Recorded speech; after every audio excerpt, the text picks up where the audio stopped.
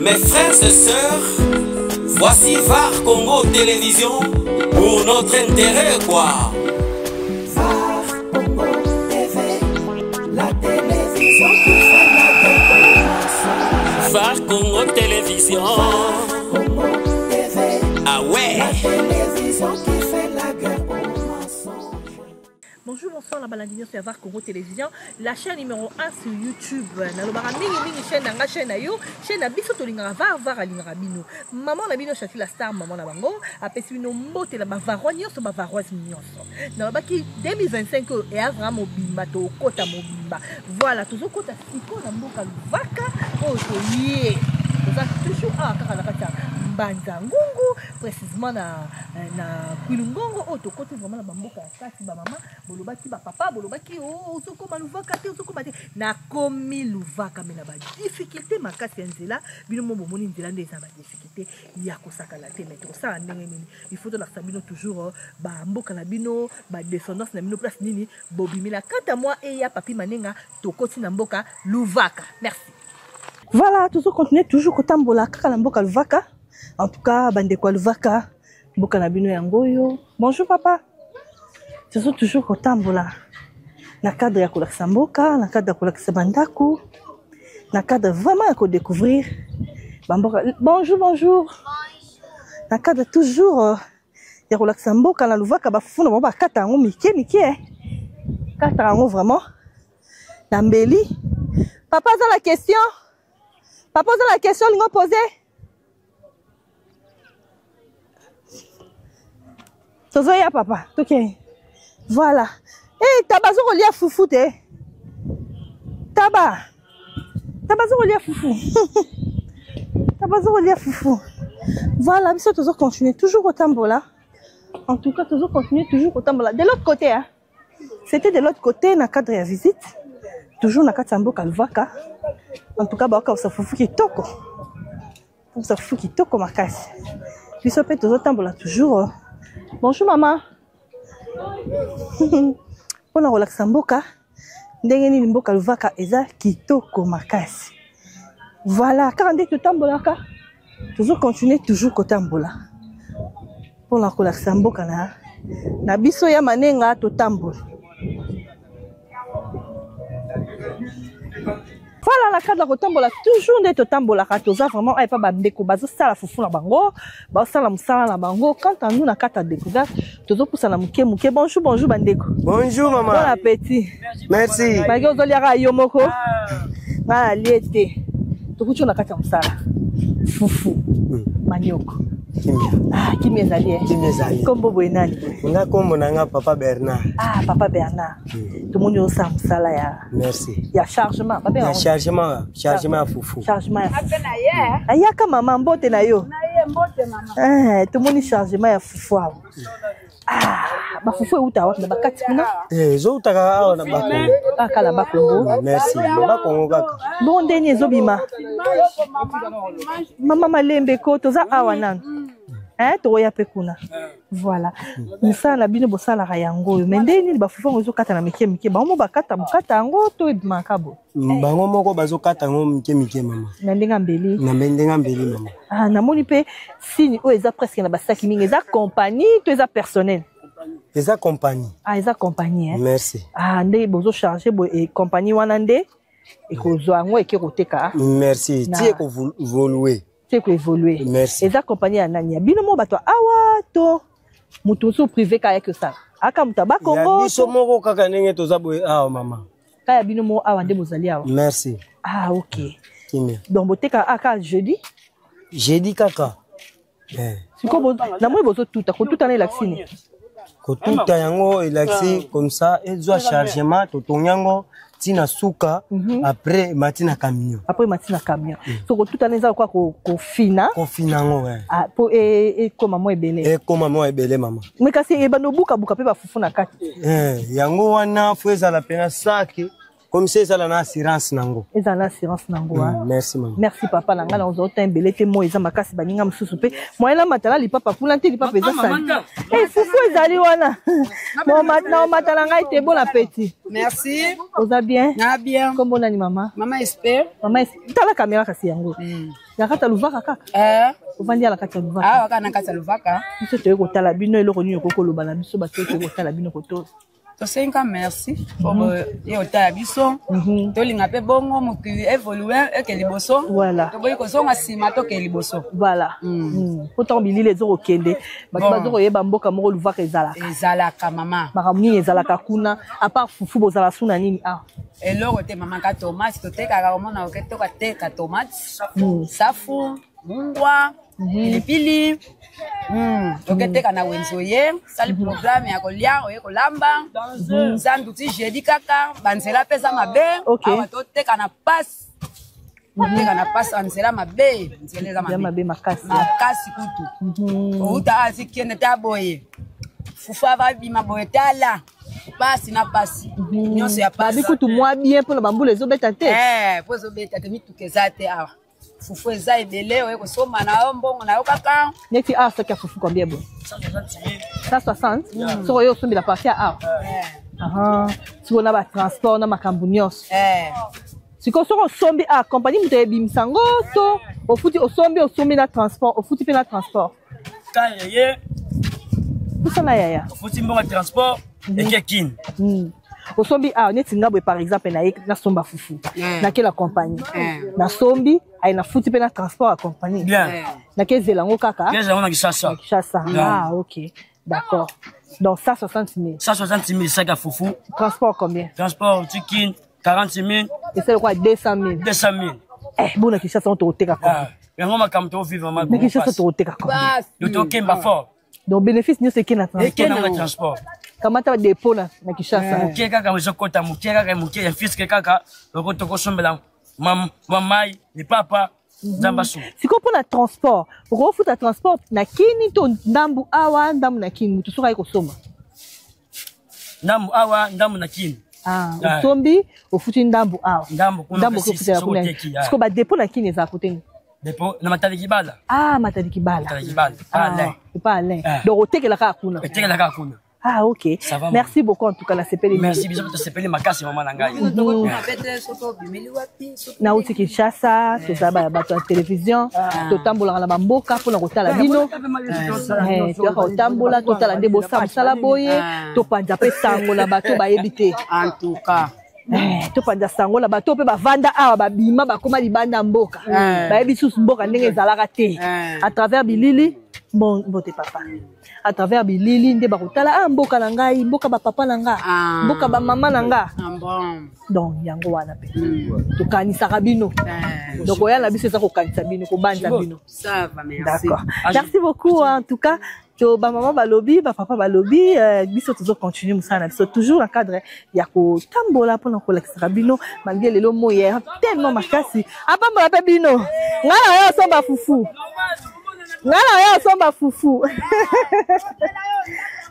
OK ngala yo somba fufu vraiment en tout cas ba cop eza yango yo mais transport quand ba bazo ba transport eza passi mais ngala yo somba nga fufu ya papi manene ngala yo somba nga fufu ba bif sac à fufu 160 000 bonjour papa 160 000 transport 50 000 na Kishasa eza ba 240 ba 250 donc bénéfice ka ya 40 000 francs kamata dépôt donc mobulu merci beaucoup ya papi manenga totamboli voilà toujours na kati ya mboka luvaka nde tozo kotambola toujours nte tolobaka tozo ko découvrir ensemble biso na bino tozo ko lakisa bino mboka eza nini et puis mingi tosala boye pona kolakisa bino bobanzaka mboka bobosana ba village bobosana ba pesa ba papa la bino babota bino bobosana place babela bakokola bino bokenda ba mapaya mboka bobosana yango biso tozongisa bino donc émission na biso eza kozongisa o nyonso tout ayebi ke eza village na ye zonga banza kanisa yeba ke kuna ne mboka ya babele ya bakoko nanga kuna ne mboka ya mabele ya ba maman nanga alors biso tant to yaka boto zo la sabino ba image eza ko zongi sabino na réalité parce que lelo oyo bat babosa na so ke mikila poto obosani origine na yo olobi omboka kuna bandoki. Donc voilà. Yango biso to lobaka te biso to koma ti sur le terrain. Ah on a les cas qui ba papa mais na bité. Nzoka mambo kitoko ezali a. Po banda to tamboli bamboka tozomona masanga te. Tozomona eloko te. Mais or que la ba village nde to yebike ba masanga ya mboka ezalaka. Lelo mindele ba domina biso komaka ba biloko la bango le langu sakabatu. Oye ko isakabatu. Lelo tozala mwanganda ya mukie oyo esika ba papa bazomela mwa masanga ya mboka. Tokota tosolisa bango mwa mukie ensemble na ya papi manenga. Bonjour à tous. Bonjour. Na mnamboka no baloba nini? Lucie Lunangini. Ah, Lucie Lunangini. Lucie Kamene. Ah, Lucie Kamene. Tiambote. Ah, nakole kala na vanda. Oui, maman. Sona vanda na ndenga bokoko. Voilà. Ah, na esikoyo na ba benga ngada. Nganda Lungwila. Nganda Lungwila. Ah, ya papi manenga.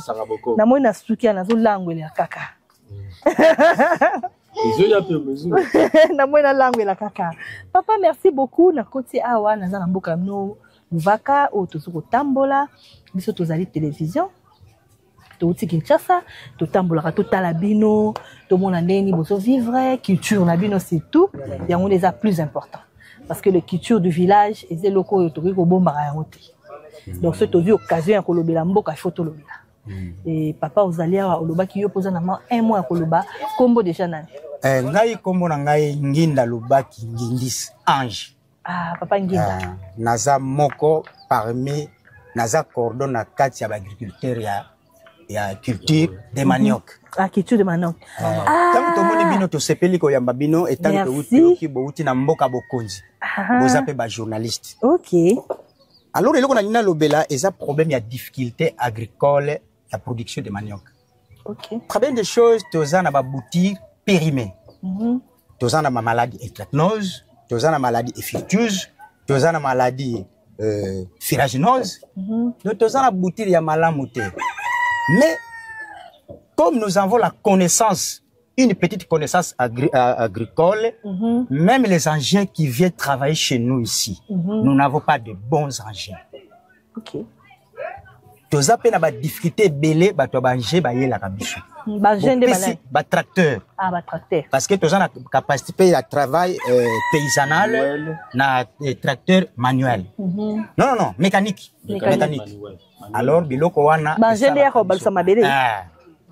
Alors ce qui est biso ba mbongo parce que tracteur ya permet même na territoire de Mbanzangu comme vous êtes à Luvaka. Tu vois qu'après grâce te la rareté. Je dis pas rare mais il y a la rareté. Le biso moko to se débriaka pour que tu vois machine. OK. Ce qui bomoni ba fufu oyo nazomona c'est presque tous ceux qui sont ici, ce sont des progistes. Il y a des gens qui dépassent même 5 hectares, 6 hectares, mais les problèmes des routes, les problèmes routiers. D'autant que tout le monde bino bouti na mboka bokonzi et tant que bino tout tinda kakuna bango bakonzi bo memela bango. La difficulté des secteurs de Gombesi. Vraiment. Les néoko tozana volume na moi connaissance agronomique yangali nyoko faut les cas 2 kg 500. Moko. Oui. Pour la monnaie de moko ya moko. Soki tozalaki, oui, voilà, soki tozalaki averti.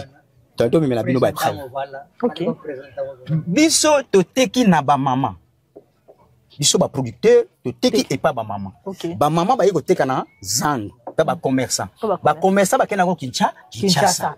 Est-ce que ba koki ko kanisa bi tali ka moko te les petits paysans avec 1000 difficultés aussi. Avec 1000 difficultés. Bouti les amabe. Ba tracteur exact. Moyen d'évacuation exact. Comment est-ce que les milliers peuvent développer? Ba maman na papa bo memela biso pa ba konzi. OK. Bino ne bato bo signer qui veut wana d'être les journalistes. OK. Ba lobeli. Oui bisa ba konzi. Le secteur de Luvaka il plaire. Le secteur de Luvaka ils n'ont pas d'eau, même l'eau ici. Il n'y a pas d'eau. Mais ça Maï moko tozana ngo si je me trompe pas, plutôt si j'ai bonne mémoire, nous sommes à Luvaka 580 personnes, 580 maisons. Par famille, c'est combien de personnes? Des pompes, des focos. Donc, tu sais pas que yamba bino, tu dis que message oyo et que comme la bisoti na ba konzi. Et kokoma. Na saluer liboso chaîne abiso marqué na ebiango kombote VAR Congo télévision. VAR Congo. Namona na Facebook, namona na bino. De kopesa nga numéro. OK. Soki bokoki kopesa nga numéro comme ça na to banda pe ko communiquer bino des nouvelles et des faux choses. Problème c'est après l'interview to kopesa yo numéro au banda ko communiquer biso par rapport ya makambo biso pe to communiquer ka bino pe par rapport ya ba makambo o ezo ko lekala na longa moi mikoto kende moi koto mukepe après to kozonga bonjour papa. Ah bonjour. To malgré to kuti na kata nganda to mela na biso mais to za na ebité boza ba commerçant to boza ba habitant. Toza babita menga na vana na mboko te na vana na mboka moko ya sima. OK. Mais toza toujours na groupement moko. Groupement moko toujours. Donc problème toza na ngaka oya lobeli yangwana ka. Problème nan po ata to sali. Mais ceux qui nzele za bien te. Et soukaka ah. Et soukaka. Et puis les ana kumkie. OK. Et loko peut-être teka 100 000, ou teka 50 000. Ouais. Po moyo ke nango musika exact. Likamami balé. To super ba gouverneur rebelle baleki na Kinshasa. Gouverneur moko te azokoka eloko wana. Mais face à la biso pe parking ya bien. Wana matari kibala to keneka sa parking des anda kwa mutu lelo soka lobika teki ndako na ye. OK. Mutu asomi ndako na wana lobika parking ozala susu ate. Exact. To kosuka wapi. Mais l'état sala biso parking. Projet wana zalaka na stango ya a gouverneur atuma tubwana na gouverneur ya Kinshasa André Kimbuta. OK. Projet zala na ba maquette kute bima. Mais suka nango talaka ku Congo na biso ndenge tambola. Mais bo futa ba taxe na minoka. Oh, to futa ba taxe place wana. Le problème na biso ndanga wana nzela na dépôt kotekela. Donc ba dépôt dans privé. Dépôt monga presque aleka na matadi kibala biso tout. To tekela ka na de soto tutani bitula pe koti. Ya on a besoin ya mutu. Ya mutu so. On a mukapé d'un bon matin. Le bipé na boy na ngaba fuya. Et silipe tout ça na biso na dépoté. L'état toi na dépôt l'état te. Dépôt l'état zate. Exact. Merci beaucoup. Na habité ceux de l'autre côté ceux mutu pa koko baksa ilo comme susu. Te lo mo ga na koloba. Mas o pe yo kutia weze loko. Masanga ekenda pe kisasa. Okay. Masango ya lungula ya bokoko isale makana lungula na coco na base de coco basala yango bachango na bidon basi fermenter yango après jour moko lobi nango kana sikre kaka lobi nango na kati ya bidon bache banzete ya bamanga kingani kama banzete ka bokoko kani wana bache lobi nango ekomi bo mepesa ka kuiti koleka bière to benga yango lungui la do yokela ngai. Franco bengango écoutez-moi. Ah. Franco bengango écoutez-moi yokelanga lungwila na kikongo na biso. Ah elexi yokelanga. Oh. Yango na zala ina. To se bele. Merci beaucoup. Merci ngana zana ba. Yokelanga. Na ina lobiga boye. Kamuneti kazingi ndautelo bana kamunzela. Ponyo so to sala wa soki zo bimate. Moi peut vivre bien. Exact. Moi peut tangi sabana. Exact. Vraiment. To sepele makasi ndembo ko. Mais sengeli quand même. Basa ne se ne ba chaki libanga na baona kuno libanga we koma premier président mtachango e koma monimate to zo senga kama nzambe asala pour que lobi nzelo ebo ezala kuti meme okene principe ba yako bongo sebisa nzela na favorable ya pour la mituka biloko to sala c'est que ça. Merci beaucoup na moni papa osinga parole kuna na ebite soko ko poussa na par rapport ya tozana ba enseignant oyo pendant la gratuité chef de l'état a tiré gratuité mais avant que tu aies gratuité, d'abord, il faut que raisonner moutou à ça la gratuité wana. Il faut que paye ça les fouti parce que ça moutou. Mais biso tozo constater loko là l'état azolo balikambu oyo neti azo comprendre ngote. OK. Au lobby gratuité. Nakala les parents payaient pour leurs enfants. OK. Enseignant oyo aza impayé. Peut-être na moi fi 100 francs wana zo somba ta savon même moi kwanga bana bazolia mais lelo bakati collation donc c'est-à-dire gratuité koti si on a gratuité ba nouvelle unité bazaka na ba NP mutu azana matricule mafuta makate bon c'est-à-dire ngai question na ngai bo tourner la ngai chef de l'état si koyo batu wana oyo azosala azoliate azofuta mate est-ce que akosala musala bien? OK. Alors, ce qui l'enseignement est au bébé, ni ne zobébis. Nzala. Donc, bah raisonner na nous na eloko. OK. Merci beaucoup. En tout cas, le message a été passé. Je sais pas. Quant à nous, bisope mission na biso ezali ya kolakisa otomoni. To bomba raté, to lo barape na slogan na biso memena mokonzi lisolo. Memena mokonzi lisolo la kisi ke mokonzi ko kotala na été.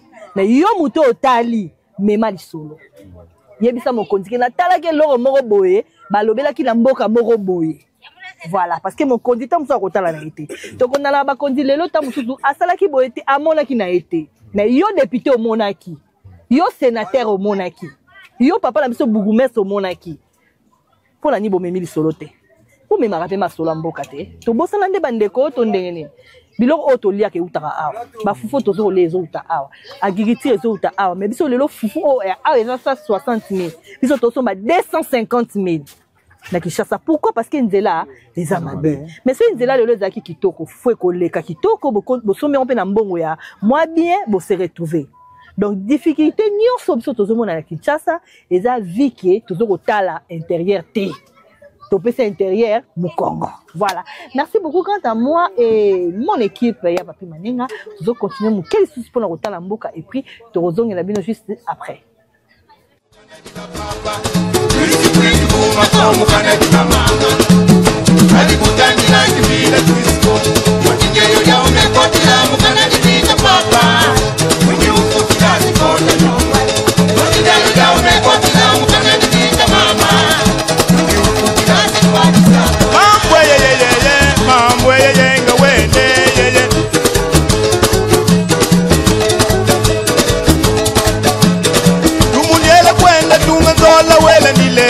Nanguna malembe wende yeye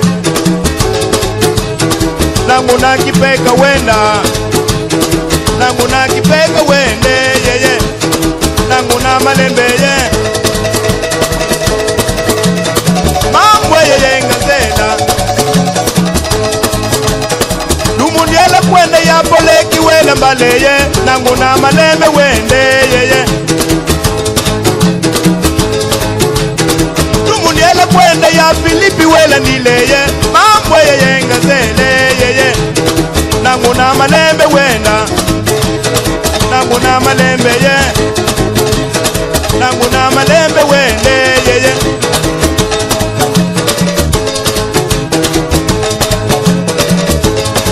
Yaya bonzombi ya kutila bwezi oyo yeye Yaya bonzombi ya kutila bwezi mambo yoyo yeye Kutila bwezi Wisi kwitu umakomu kanedi ba papa Wisi kwitu umakomu kanedi ba mama Hadi kutangi like vile twispo Mutingeyo ya umekoti la mukanedi bika papa Ungi ufuti ya zikote nyongwe Mutingeyo ya umekoti la mukanedi bika mama Ungi ufuti ya zikote nyongwe Nanguna malembe ye Nanguna malembe wenda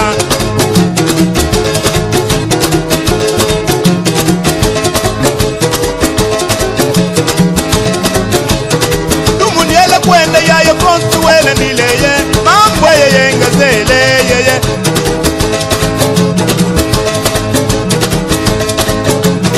Dumuyele kwenda pala benki wele sambeye Nanguna malembe wende yeye mambo yeye Nanguna malembe wenda Nanguna kipeka wende yeye Nanguna malembe yeye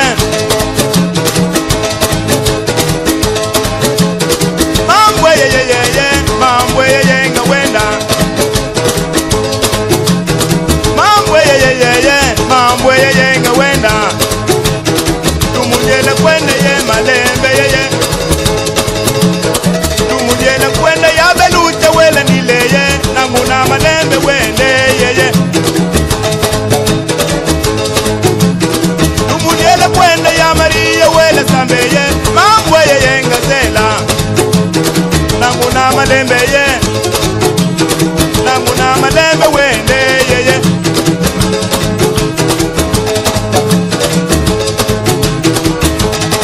Yaki mizombi ya kutila wezi oyo yeye Nala mambu minwe yeye Wisi kwitu buma komu kanadi ba papa Wisi kwitu buma komu kanadi ba mama Karibu tangira kifila twispo Mutingeyo ya umekotila mukanadi bika papa Ungi ufutila zikote nyongwe Mutingeyo ya umekotila mukanadi bika mama Ungi ufutila zikote nyongwe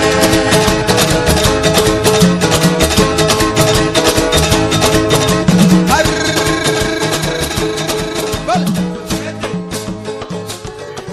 toujours akanda ya kotambola kanda toujours ya kovisite mboka na Luvaka toza awa na patrimoine ya awa na kati ya Luvaka oyo tozomekana kosola naye moke par rapport ya mboka parce que aza vraiment santé malamu vraiment te bafièvre tosala ye mais andimi quand même aloba moi 2 mots kaka mpona signifier quand même mboka bonjour papa.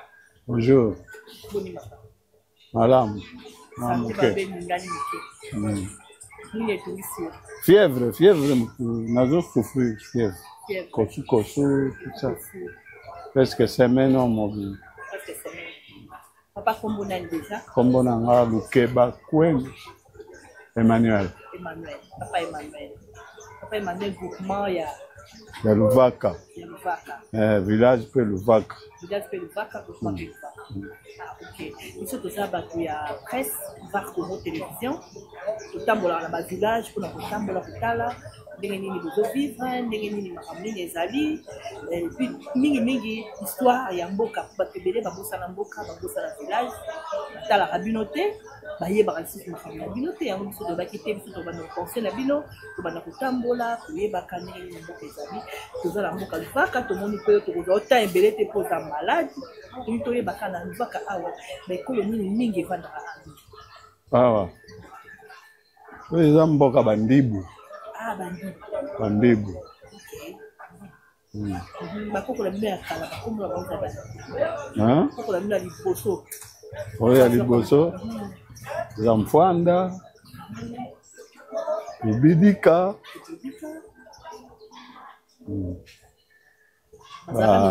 Bana mibali. Parce que bazalaka. Parce que bazalaka. Baonde bavandaka na mindele. Bango nde bayambaka mindele. Ah, bango nde bayambaka mindele. Ah, ok.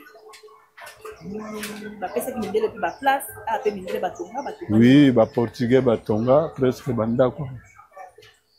Kuna nyonso wana ozomona eza bandako ya ba portugais. Batika. Ça a daté de très longtemps. Oui. Depuis ba 45.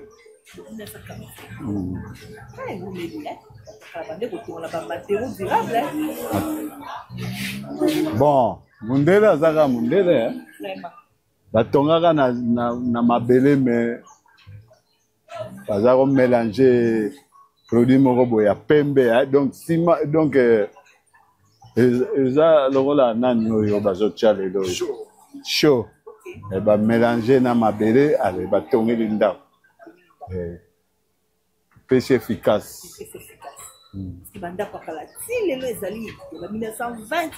Oui, les allées. Tout ça, dans le aux écoles, aux églises. On fait les lots les lots marchés, ça la mara. Yeah, les lots de Mokolazan.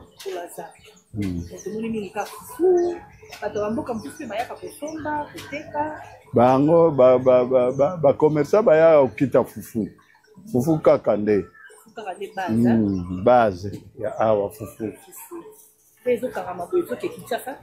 ezokanga ndenge bazokanga boye na basoir ti lobi boye mati nzela nde pasi pasi ndenge omoni wana kutu mpo bajour oyo bambulu ezobeta te omeka te. Merci beaucoup papa, en tout cas que c'est pele mingi donc kato tambola sikoyo to tambola mboka no tone kati ko visiter comme ko tala wenze pendenge mama basi te kasi ko za likambo ko koloba na bato ba kotala yo par rapport ya mboka na. Oh. Bataleta bayaka na bango. Bayaka na bango bako yeba déjà que bataleta bakotia. Otambola na bino elo mo elo sana mi. Ete ba mabele pe na mboka ezali, ba mabele video ba ko ya pe ko ganda. Ah, ça radi suste. Omoni? Eza passe. Passe. Omoni tozo souffrir na bamboka. Po ba musu bazoya na bisaleli moko mabe. mboka na ngai eza kokufela mutu baza korespecte emelelo oyo moindre erreur kaka osali erreur ke bazwi yo infraction moko makasi babomi yo leri nga na koya bo deja tard osi okufi mpona nini basangisi bato mingi mwa ete bazoya na bamakambo na bango ya mabeko bakonfie ya mabele pasi mwa ete makambo wana ekomi makasi koto. Merci beaucoup, papa, pour votre timing. Il était pour tout le temps vraiment ok. Et puis, tu vois, pour la kawa. Quand balobi lelo eza journée na bango wenze basala wenze na bango mais base na bango aweza mingi mingi fufu oyo était kamara échange balobi ande ba okanga boye après lobu le lendemain de ba ko kumba yango po ba kende côté ka voilà quant à nous va Congo Télévision sans plus tarder et tabaye. Sans plus tarder, tu retombes dans ce moment qui est total en nini, bafoufou et zoko, salama mouké ya papi manenga. Moi et toi nous allons marcher. À tout le monde escani bazo beta bafoufou, basaki on ba benga ngo ba rallonge. Basaki ba benga. Excuse, ba benga ngo ba rallonge. Basaki foufou minene oyo. Bazoka ah. Bosena. Mbote papa. Mbote yaya. Na déranger au moment mouké na monyo sa musala yo. Ils sont à la télévision.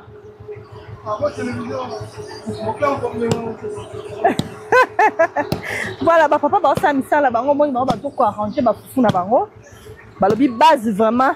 Il y a l'ouvaka et zali mingi mingi. Foufou moyen à la côte à ma casse les athées pour musique et ça m'a tellement ma casse à la Wenze. Alors il y a papi manenga. A quoi aider biso pour nous dire ça bilili à Wenze parce que nga so na côte na son nga musique exactement na Wenze belé et côté la bino en tout cas papi manenga moi visite muké à Wenze et puis to continuer la mboka pour tout ça msala comme d'habitude merci. Tumunyela kwenda ya Filipi wela nileye mambo yenga zele yeye nangu na malembe wenda nangu na malembe ye nangu na malembe wende yeye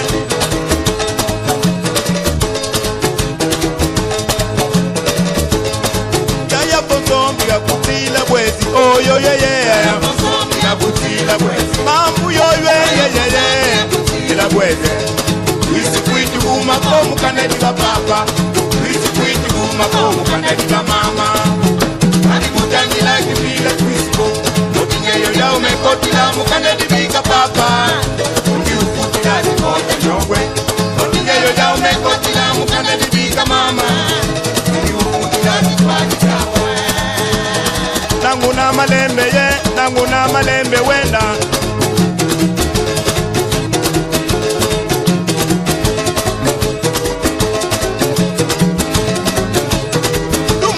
kwenda ya ye kontu wele nileye mambo ye ngazele ye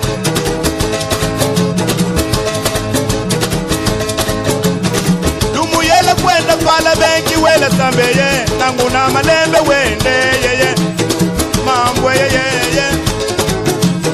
nangu na malembe wenda nangu na kipeka wende ye nangu na malembe ye mambo ye nga wenda mambo ye nga wenda tumunyele kwenda ye malembe ye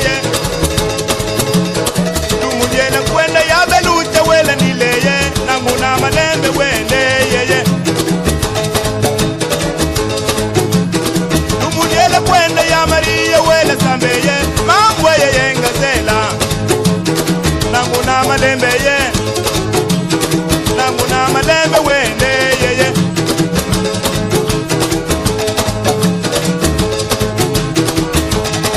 yakimizombi akutila bwezi oyo ye nala mambu minwe ye twisi kwiki buma komu kanadi ba papa twisi kwiki buma komu kanadi ba mama karibu tangira kipila twisi komu Ukingeyo ya umekoti la mukanadi bika papa Uli ufuti village kote nyongwe Original nyongwe kote ya mukande nikinga mama Mwingi mufu village kwa jinakwe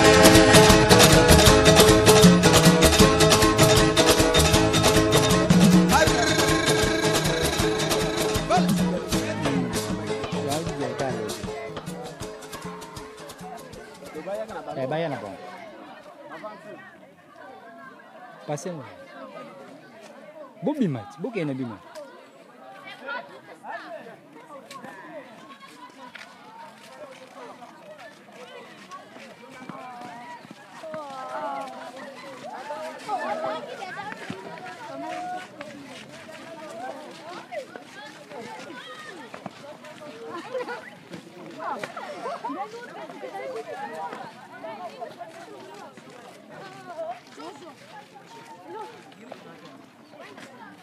tokotambola vraiment na bosenga na bino malgré nzela ya mobulu malgré banzela na biso yo mo yebika ndenge ezalaka kwa ya papi maninga derrière la caméra banzela eza vraiment mobulu et puis nazwi pe na attraper grippe nde balobaka tellement poussière eleki na nzela grippe donc nakomi maman nazwi grippe donc bomona émission ya sikoyo ekosala vraiment la moi malembe po sono mina sa ndenge na sala la mouvement en tout cas na kotousser devant caméra ekosala kitoko te voilà.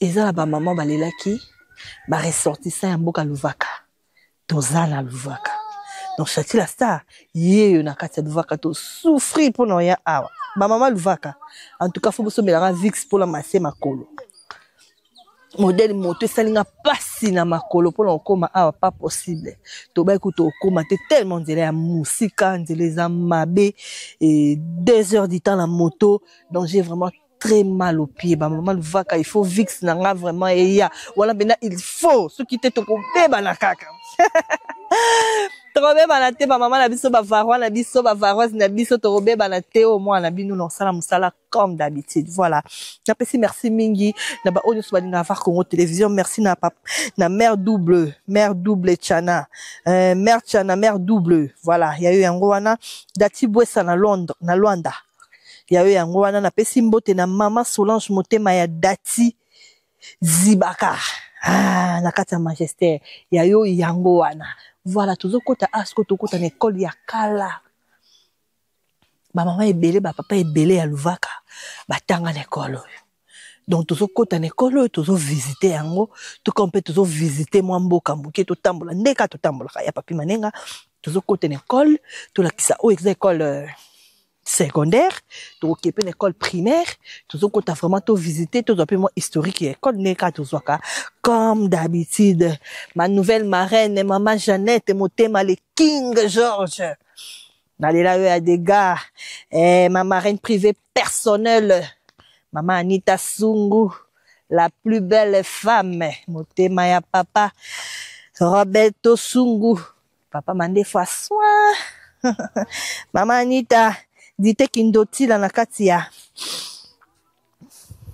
papa dide kindoti la varo ya tongo voilà fleur okito quoi et ya papi maninga fleur de quoi elamba waouh mboka la psi za ba merveille c'est très joli tozokota sikoyo na kati ya bureau ndeka tukotaka mpona kopesa mbela na biso et puis tosolola na bakonzi ya école et puis faire visiter bino école bato botanga bolobaki te so na komi en tout cas na l'école te parce que l'institution est l'un de plus beaux cadeaux qu'on peut donner à un enfant donc so kokotisi mwana na kelasi c'est que okomisi mwana mutu voilà ba maman ba papa batanga awa tozoko kemomerie yango sunde balobaka totala yango et puis sabino sumakanisi banzaka mboka voilà na koti na kati ya bureau vraiment ya école bonjour directeur oui bonjour madame je peux me mettre oui mettez-vous madame ok merci oh baba na biso akale na linga biloko akala mingi voilà je me présente je m'appelle madame Chanel Chati comme Connie comme journaliste on m'appelle Chati oui nous sommes ici dans votre village de Luvaka et on est venu visiter cette école. Déjà, cette école s'appelle?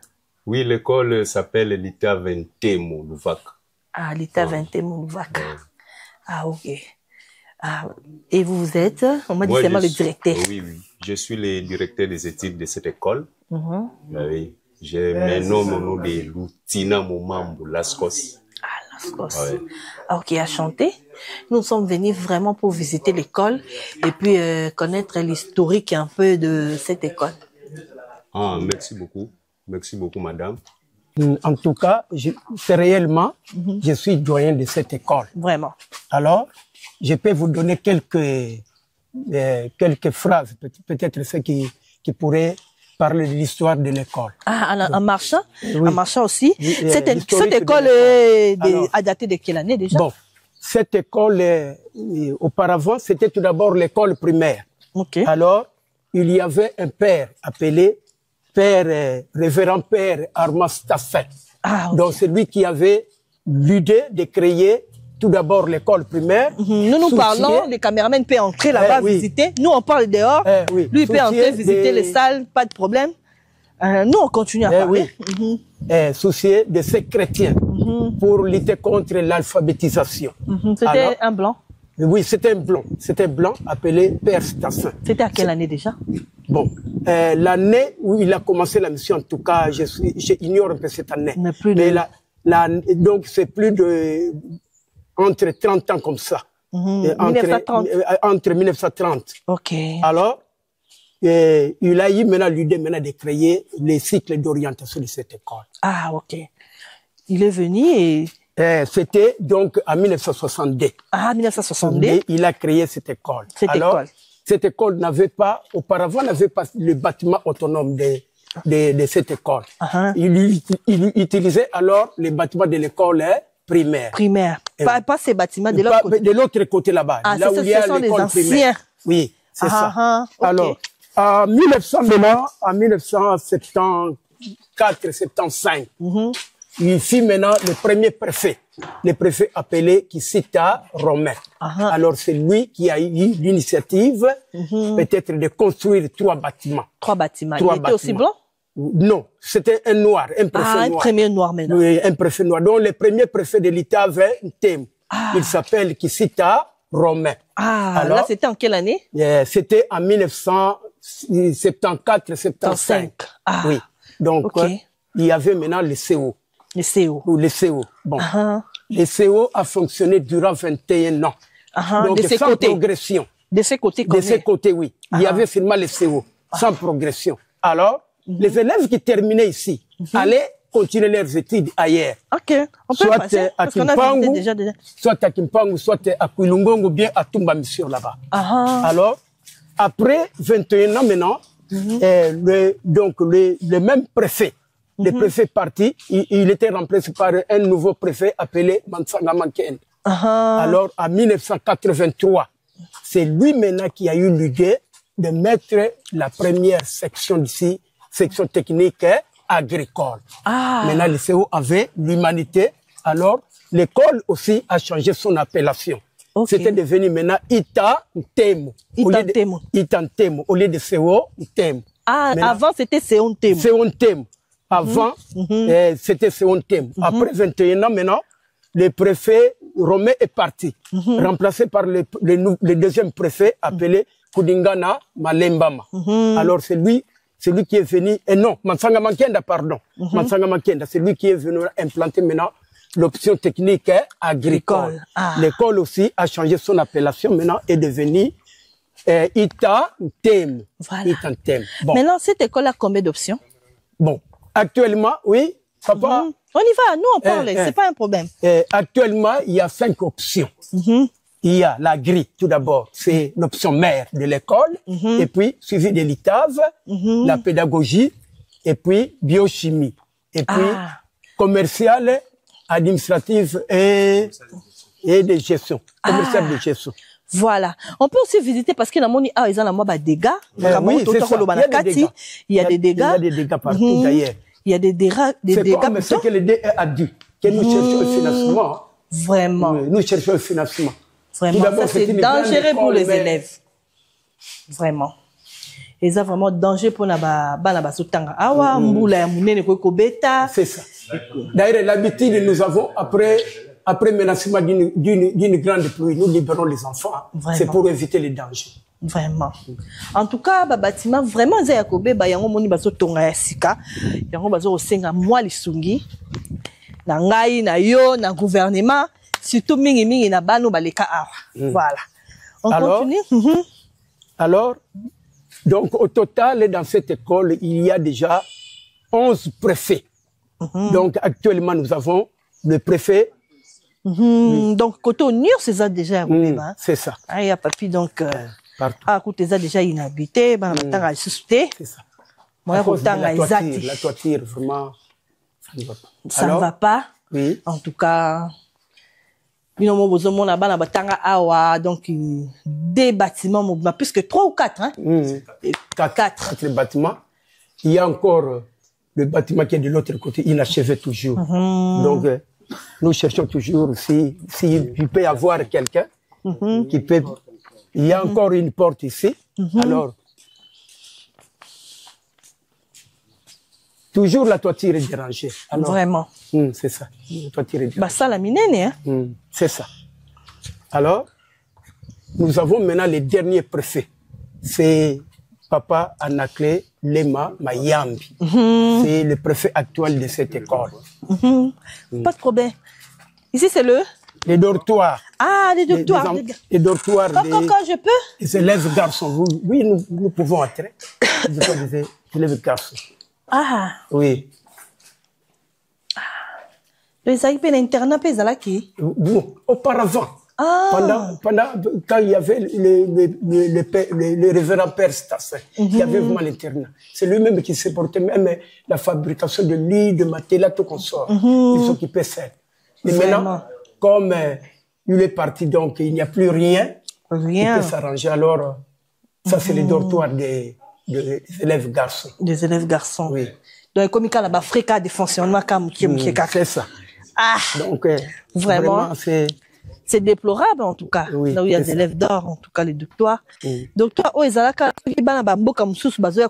oui, parce que le semi-interne, ce sont les élèves qui viennent de loin, par exemple.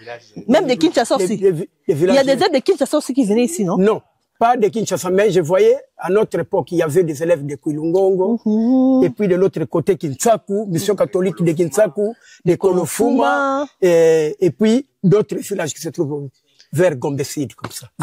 Venez étudier ici. Ok. Ah, ils venaient s'interner ici. Oui.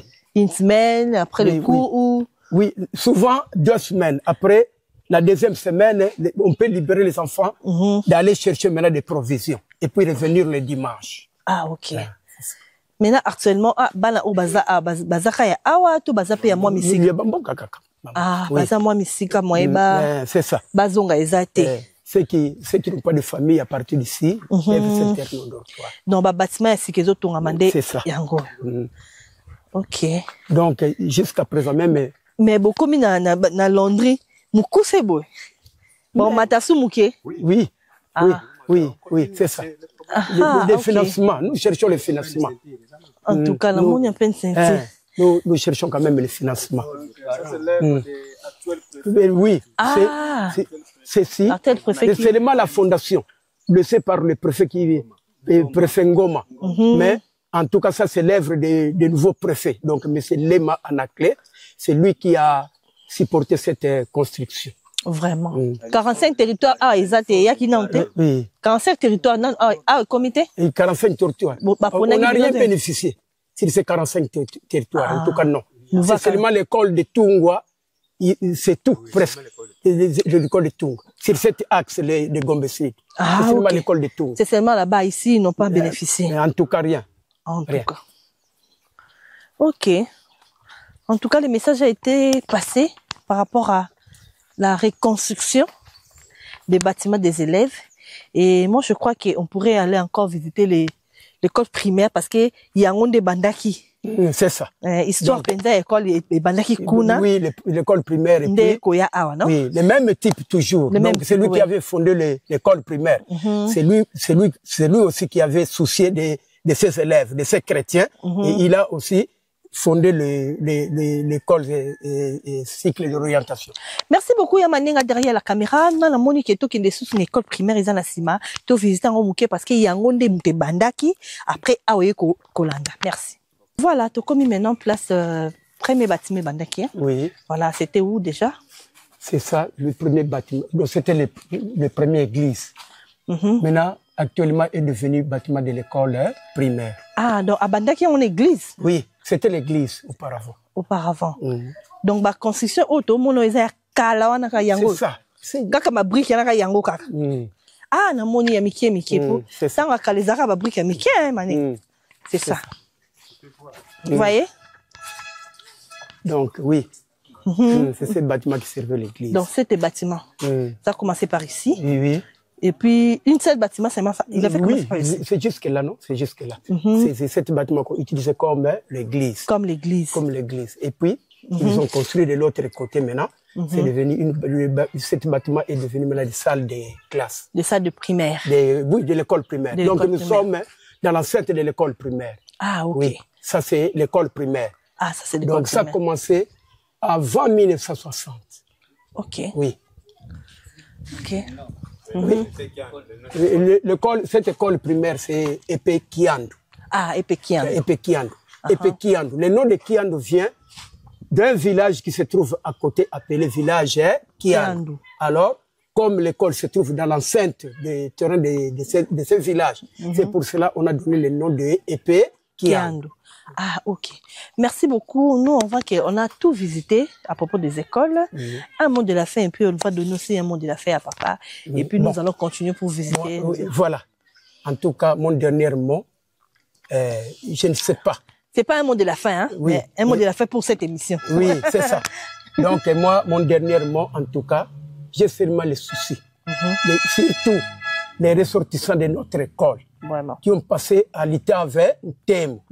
Ceux qui sont par-ci, par-là. De raisonner peut-être, de faire le mieux, de chercher la progression de notre école. Ok. Oui. Merci beaucoup. Il y a beaucoup je peux enlever les micros. Ok, vas-y. Il y a beaucoup de... Bon, oui. Puisqu'il y a beaucoup d'options, alors, parfois, nous manquons de matériaux didactiques. Et il y a aussi beaucoup de biens qu'on peut chercher pour rehausser le niveau de cette école. Voilà. Donc, il peut avoir les soucis de notre école. Voilà. Surtout ceux qui ont passé à l'état vingtaine. Voilà. Un mot de la fin, papa. Oui, madame, merci pour m'avoir accordé ces mots de la fin de cette émission. C'est comme je vous l'avais dit lorsque vous êtes arrivé dans mon bureau. Je vous ai dit que nous organisons une grande école. C'est vraiment une école qui a 5 options. Et c'est une école qui organise aussi un centre d'examen d'État. Voilà. Donc, il y a plusieurs écoles qui viennent ici pour venir passer les examens d'État là-bas. Voilà. Les salles, vous avez vu les salles qui sont délabrées. Alors, nous avons besoin d'un soutien, surtout les ressortissants, les anciens de l'État 21 qui peuvent nous suivre, en tout cas, qui nous apportent la main forte pour que notre école aille de l'avant. Et l'État aussi. L'État congolais aussi, bien sûr, parce que tout revient d'abord à lui. Il doit penser à cela. C'est voilà juste ce que, madame, je pouvais demander à travers votre micro. Merci beaucoup. Moi, je demande, pas seulement au président de la République, mais moi, je demande à nous. Parce que biso pe toza bakonzi. Donc, yo total émission, mon candidat moussa rota ne bisoté. Mais yo rota là, hier rota là. Alors, slogan la biso ezalaka meme na mokonzi du solo. Alors, bato botali biso bo meme na mokonzi du solo. Bo bete la bango du solo que dans école moko eza quelque part na Kinshasa. Et ça s'est trouvé quelque part. Et appena bosenga na bino boya rotala pe yango. Donc botala rape yango. Papa mon kondi banza rape na intérieur, banza rape na ba village. Voilà. Merci beaucoup en tout cas, merci pour l'accueil et nous on continue. Merci. Merci. Voilà, toujours dans kati mboka luvaka nde tolobaka mingi bo banzaka mboka to kanisaka mboka. Baye bavanda bakenda babosana bakanisaka lisu mboka te, ba réalité ya mboka ozoyeba te, okendo koma na poto, okoma na mbongo, mais obosana. Alors biso tobaki te, biso tozongisa bino na mboka. torozong sabino na mboka parce que mboka nde mabele na biso mboka nde ba papa na so ba botama mboka nde ya biso yango wana tuzana papa awa alobité ekoleka boete pas na un mot à dire par rapport ya mboka na bango luvaka. Bonjour d'abord à tous. Bonjour madame. Bonio. Oui, naza malamu. Oui, za micro hein. Oui. D'accord. Comment on a papa? Oui, comme on a Diko, mais na bingami na kumba DC10. Naza commerçant, na sombaka, je fais partie aussi à société civile. Ah, société civile. Voilà. Nous on est VAR Congo Télévision, chaîne YouTube internationale. Tout le temps tout ça là ba découverte. Il y a ba commune, il y a ba quartier, il y a ba village. Les lots tout ça na Vaka, toujours au tambola, tout au hôpital, tout na ba Wenze, tout petit peu marché na bango. Et puis tout autant pour mukem ko tota la pemboka pour na toujours pour la histoire pe mboka tout monde. Mais au lobby na nga ma difficulté moi mukeze en tant que commerçant. Au yaka koto be change ya koteka. Ouais. Au monde ra ba difficulté moi ni koto. OK, merci ba difficulté vraiment ça vraiment énorme. Difficulté liboso ezali eta ya nzela. Eta ya nzela et puis conditions de vie à bateau. Batu bazana posa ya s'épanouir mais pour na s'épanouir awa bavivami na commerce triangulaire et puis agriculture. OK. Alors agriculture peut marcher bien, il faut bien infrastructure routier et zanabaita ou za normal. Mais depuis l'année juste à l'époque il y a papa Lungwana on va dire qu'ils allaient peut-être na suivi ou za normal. Mais depuis ces temps-là tilelo to souffrir ma casse pour la commenter là.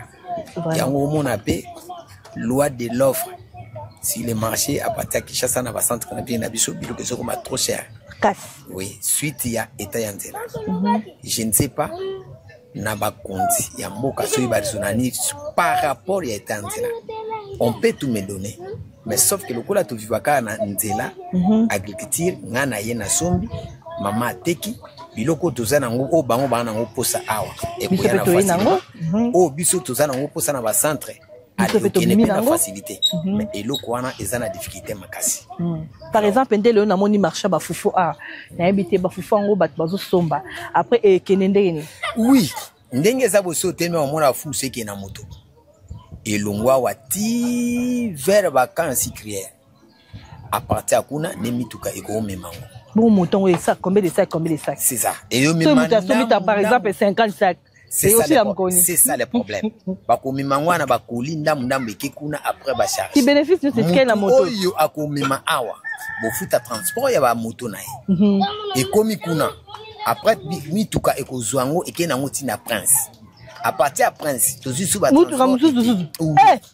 alors na biloko bénéfice c'est sikalika awa il faut l'état ameka côté la biso par rapport à mamususu c'est makamususu mais c'est ça bien que ba état auto traverser mais néanmoins tant aux ana bana 100 il faut s'attendre pe na 100 dossiers à résoudre chaque jour vraiment et li ko lobate que ce mois no ya beli ba o baza normal ba ko liate non tomo toyo ki pe masolo na bamboka msusu to le kani balobi batiaki déjà Pierre pour la Pierre on balobi pe quoi effectivement c'est ça aussi les grands problèmes ceux qui te lobby au to lobaka oui.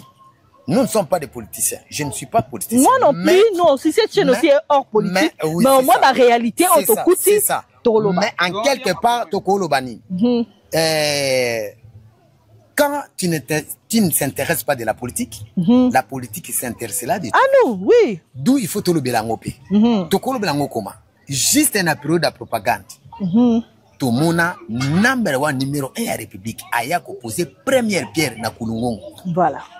Banda ba posa pierre wana tilelo ndila ibungati ata morceau ya 1 mètre batikala ko sala ngote eza manière ya kokosa batu ou bien ezala ki juste pour na ko sala propagande pour boleka na bino soki balobi o balobaka non ba raisonner na problème ya nzela babi libanga ngute kwei libanga na ifu babuka ngona kanda babuka ngona kanda nanu avaba tia libanga wana basala ka péage wana OK péage on a ba facture ba opesa mituka ba okoma péage de Lufu mais entre temps on a tozana Kulungongo na territoire ya Mbanzangongo papier mais je te dis madame on le fait combien d'années mais on ne sait pas baba na ko ta facture nani ba reso ba opesa so futi monga péage ba koma péage de Lufu après un certain moment les propagandes ye ba politique kaka baya balongoli péage wana moko ya ba député ya balongola péage wana et longwe na moment propagande président de la république a posé première pierre nzela ekosala ko tuna ba enseignement oh sadaki mutaosala oh bona bo salema tilelo alors c'est-à-dire jusque là bazoko sabiso mais ya mutu ezaka ke ba meka ko raisonner pour nzela ceux qui ba bongisi nzela je pense qu'il y a ba makambe belé ekosalema et surtout awa toza ba village périphérique frontalier et puis insécurité so que na ngambo ba frontière na biso oya komona parfois soda moko parfois poste mo soda azate okota moi ba biro ba aner ba deuxième bani tout ça c'est l'insécurité et ça malamu te do duna bilo kwana to sengi na ba o bazana droit ya koloba pour makambo esalema normal batu ba vivre bien et aux malamu surtout problème ya nzela. Voilà. Merci beaucoup. Namoni pe ndeko pemeni koto ye pa bandai koloba moi muke so ko bakisa moi muke par rapport marambo yo papa la biso lobi koto. Ndeka via uta loba par rapport wa makambo nzelango yango zonyo ko la biso kaka. Tozo sala ndi tozo salati. Au sel pour que teka biloko place faut de la bénéfice à malunga ba transport zo futa nyonso ikinwa kana ba dépense. Donc biso apena na secteur commercial na pour une fois ko na problème ya nzela. Makasi. Donc vous avez moto souffrance na moto autre le bati. Biso moto to monya na ba façon mon kodo pour longa le faire na moto pour comme kulungo au futa 20 000 francs. Na moto 20 000 francs. Mais moi de temps tu vas foutre 20 et biso va to louer moteur louer 20 000 francs. Là faut futa 5 000 francs. Na moto moko 20 000. Moto moko 20 000 francs. Mais l'on se a quand le fois pour comment couler sur une boule bête. Vous savez moins de 4 heures de temps. C'est difficile. Très difficile. Yango bakonza mboko bateli biso ka eloko par rapport à likamanzela ka biso bizana ka besoin. Nzela ka sonzele bongi nango. Oh, place faut foutre la 50 000, faut foutre 10 000, 20 000. Moi 30 000 c'est ça bénéfice on ndabo. C'est ça problème yango bizana biso ka yango bizana ka besoin. Merci beaucoup en tout cas, merci beaucoup no bakisa. Ngina bakisa elo mungo ya suka. Lilo bananga ya suye ko sana ezaba analyse. Tango papa aboti mwana ye wapesa kombo ya mwana. Ifaye ba origine ya kombo. Aye ba pesa implication na. Makamu mususo to kuta na ngoto mona RDC zo si besi mbate. Nazo tuna na ba o bazo kamba Congo. Mo RDC c'est ya Congo wana ya Congo ya C wana Congo et la kisi nini eza mot français ou bien mot Kikongo pas Congo ya kame ya C pas de prononcer RDC mais ekomi ko ndenge ni lewa obenga RDC c'est-à-dire République démocratique du Congo mais en réalité pas de prononcer RDC mais na kotanga ekomi Congo Congo ya Congo wana o ya RDC Congo wana et la kisi nini. OK. Et outi wapi? C'est un mot français ou bien un mot Kikongo? OK. Et là, quand on a tout ça, pour ça, il va expliquer. C'est puis, dans sens déjà, je comprends que ma B, oh, ils aussi battent dans boka, ils ont pas parti à Congo. Au lieu de cas. Au lieu de cas. Parce que, au moins, on a cas. Ce qui Congo. Oh là là. Congo. To outi na Congo ya royaume Congo, nenge bandela. Royaume Congo. Il fait comme un cas. OK. Lelo RDC. Et comment c'est? République, c'est un mot français. Démocratique, c'est un mot français. Congo, wana, eza na langue nini. Comme ça, tu vas décortiquer ma béo ezo sale, ma ezo l'école sale besi mate, sale besi mate. Pour eza la signification na. Pour eza rappel Zaïre au bout de la tête. Et comment rappel Z? Oui, Zaïre. Ce qui n'a pas une analyse normale. Mobutu a bien parlé. À lobby, recours à l'authenticité. Zaïre vient du mot Nzadi. C'est un mot qui Congo. Fleuve Nabiso, Bandobe, on Nzadi Congo. Ah, OK. Alors, Ebale, il y a Congo. Il y a un mot Boutazwa Nzadi. C'est un mot pirement africain, pirement Congo. Il y a un Zaïre, à synchroniser, on a la façon de bouiller, il y a un Zaïre. OK. Donc, Zaïre vient du mot Nzadi. OK. Mais Congo, il y a c'est. Et la qui Nini. C'est ça le problème. Je suis de la société civile. Naza résident, j'ai une domiciliation ici. Et puis en Banzango. OK. Mais je fais souvent Kinshasa, tout ça, je suis comme ça. Alors, et là, il faut pas signifier biso yango bien. À ce moment-là, toko comprendre que non passe ce qui va passer comme mamangweni ou mam passe mais moi na uzalaka passe na passe mo kongwana elakisi nini. Merci beaucoup. Okay. Merci beaucoup papa la biso vraiment au fungoli elo moko ya makasi ya motuya ngape na poser question va Congo télévision peut poser question ba konzi mo Congo ya se et utawa ezana langi elakisi nini ezana langi. OK papa lobi totuna biso pe totuni ya malenga. Très bien. Tokoze la réponse na bino na sia ba commentaire. À la longue c'est on a l'invité za kutu malamu mingi madame tolobelango ba oba ozango boyi bayoka ngo bien. Merci beaucoup. Okay. Voilà, dans le cadre de découvrir un beau Luvaka, nous avons maintenant un centre de santé d'État, Luvaka, où il y a un bureau, il y a un médecin directeur, ou un dimiko yamba biso, VAR Congo Télévision, avec un peu de balance, parce qu'il va en plein travail, il va travailler, moi, tous avons temps et belé ma capacité. Bonjour, médecin. Bonjour, maman. Bonjour, madame. Bonjour. Moi, je m'appelle Maman Chanel.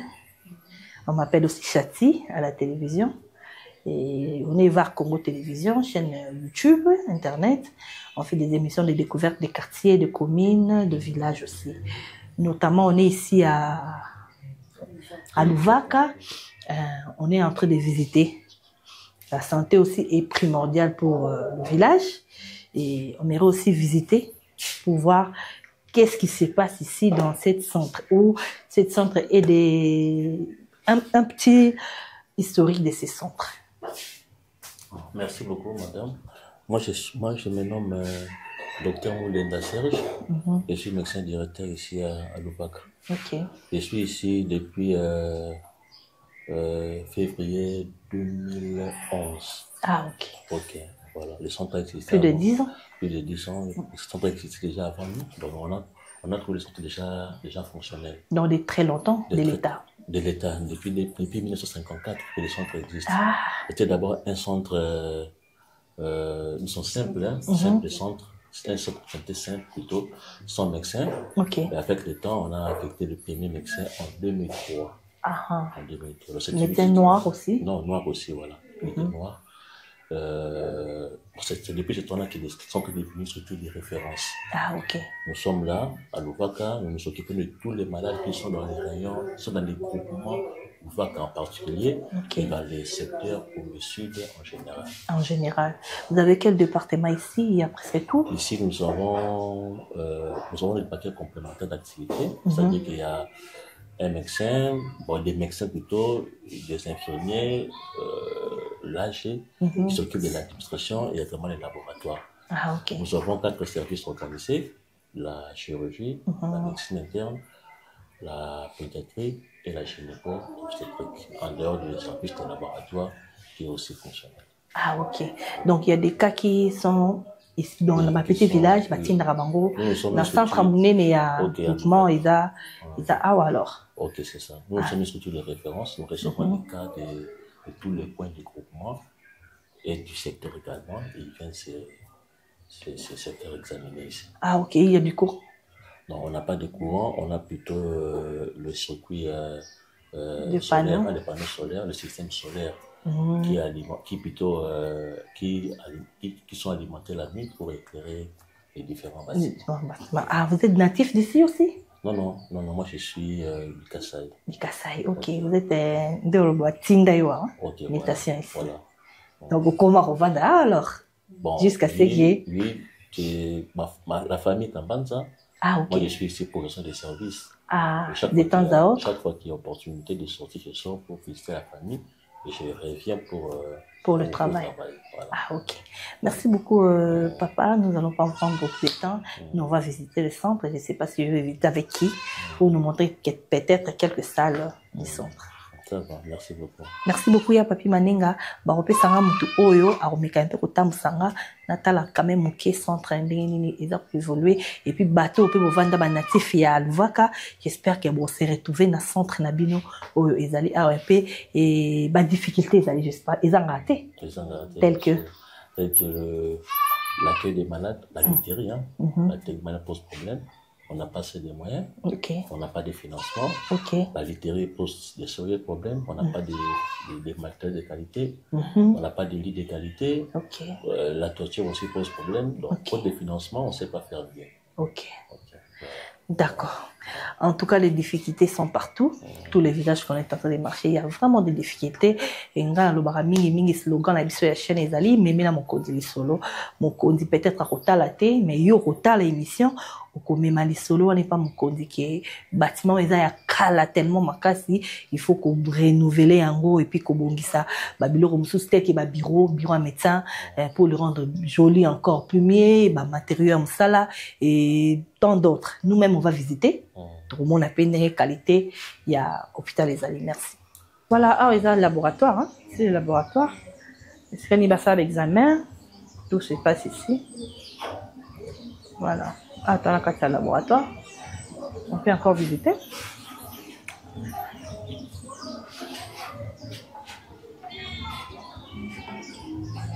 Je vais prendre l'image de l'environnement extérieur. Hein? Oui, oui, pas de problème. Qu'on appelle Binoka. Oui, c'est un bâtiment en construction. Ça serait quoi? La maternité. Ah, la maternité. La maternité qui est là n'est pas assez confortable. Ok. On est en train de construire une nouvelle maternité. Ok. Voilà. Voilà.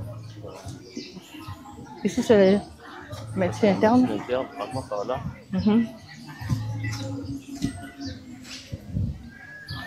Tous ces bâtiments sont de très longtemps. Depuis très longtemps, depuis 1954, comme je l'ai dit tout à l'heure. Donc, Kalabanda Tonga. Bonjour, maman. Bon appétit.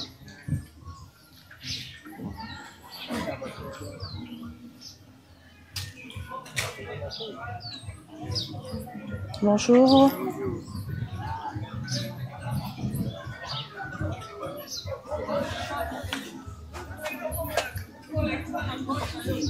Ah, c'est un dispensaire. Bonjour. Ah, ok. Donc, vous voyez, au sali, premier soin, après les vos examens, après, bon, orientaux, maintenant, là, si vous avez maladie à gravité, on vous libère. Oui, bon, on vous libère pour un suivi en ambulatoire. Si c'est grave, on prend en charge ici. Si c'est encore plus grave, ça dépend de nos compétences, on transfère ailleurs. Ah, ok. D'accord, merci beaucoup. Tu vois que on ne peut pas entrer dans des bâtiments. Voilà. Merci beaucoup. C'était là l'hôpital de référence, le VACA. On a visité. On ne peut pas visiter au fond, mais au moins le médecin a parlé des difficultés que vous avez entendues là-bas par rapport à ici. Donc, malgré ton difficulté, on peut moniter, mais au moins, il y a des difficultés et se retrouver. Et puis, tout le monde peut baser tonga. Quand on essaie de financement, quand on essaie de finissage, car quand on a vraiment facilité. Merci beaucoup, médecin. Nous, on continue. Ok, merci beaucoup. D'accord. Merci beaucoup, ya papi manenga ngai na yo toujours continuer na biso musala na biso comme d'habitude. Ndenge to mesana toujours kotambola pour na kolakisa ba varwa pe ba varwas na biso ba réalité nini ezala na ba village, ba avantage nini ya kitoko ezala na mboka na biso, surtout mingi kozongisa bango na kati ya mboka. Na biso déjà na mboka Luvaka, tozo bimame toza na papa oyo tozo tambola ne muke mbula pe matanga yango ebandi. Tozo welisa to bima parce que mboka eza vraiment musika papa. Balobi na ngai député moko ya munene pe abimina na mboka na bino. Lokola aza parmi bato minene toko koleka boete eza lisolo foto beta lisolo na nde nani wana mutali boso toza na député munene Jacques Lungwana. Ah, Jacques Lungwana. Jacques Lungwana, mwana ya papa Lungwana. Asuka na sénateur. OK. Akufa akundama peka na Luvaka awa mboka moko eza avant mission, après mission liboso wana matente mboka na yende akundama wana. OK. Peut-être koleka na bino boko mona mozole wana yango nde sikoyo cimetière na ye. Cimetière na ye. À part Jacques Lungwana tolandi toza na papa Nsumbu anani papa Kabangu aza mutu ya secteur ya Gombe City. OK. Mutu ya secteur ya Gombe City aza pe mutu na biso. Y compris susu papa Nsumbu, député Nsumbu aza wana vraiment toujours awa kaka mutu ya Gombe City c'est toujours awa na Luvaka. Luka pe to pusani o eza nini ya? O eza pompe esala papa Kabangu. Ah papa esala? Esalaka. Mais pour le moment nazomona mikolo neti osala te. Mais c'est que ça n'a pas. Pompe eza papa Kabangu. Papa Kabangu ya azaki na Papa Kabango est député provincial. Ah, député provincial. Provincial, avant du ministre à Gilvitir, après moment, à Sali, intérim, il y a des ministres à Finances, pour le moment, Aza ce qui. En tout cas, pour le moment, naïbi. Donc, Aza peka natif à Koto. Toujours, Azaka muta Koto. Koto. En tout cas, Bobimi, c'est te belé, Aminene. Vraiment. Pourquoi Ndeni Bazolo Belabino par rapport au développement? Bon, en tout cas, Bazoloba, surtout Papa Nsoum. Vraiment, c'est quelqu'un qu'il nous faut. Ok. Aza mutu moko vraiment, Aza ba défense à Koto. Y compris même, Bango Missa, en tout cas, à part Bamsou Bamike Mike Bazawan. Ok. Mais en tout cas, souvent, ba leader, Bazamissa. Jacques, Kabangu, Soum. Ba leader vraiment, il y a secteur à Gondessi. Merci beaucoup papa tozo temps ebele makasité biso pe tozo bimana biso to pesi bino merci na mboka na bino to tali mboka na bino luvaka to sepeli na oto bi kembala sima to kozonga. Merci beaucoup. Merci. Nzela malam. Nzela malam na bino pe. OK. Merci beaucoup ya Manenga, en tout cas merci de tout cœur na bato bolinga Ravar Congo Télévision. Merci na bino bato pe bolinga biso te biso to la bino il y a des gars. Quant à moi je me retire dans cette émission ici, Namboka Luvaka, Ototambo, Naluvaka, en tout cas, tout le monde Mboka qui toko makasi. Ceux qui bat ressortissants, ceux qui bat député, ceux qui bat connaître. Yaka, yaka. Wenda.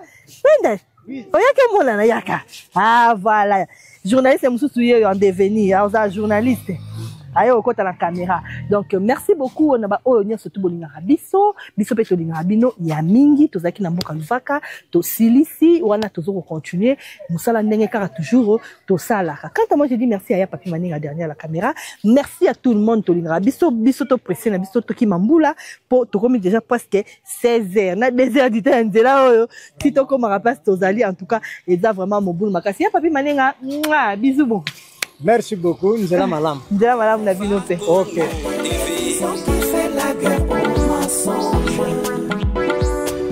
VAR Congo Télévision, la seule télévision qui fait la guerre aux mensonges. Ah ouais.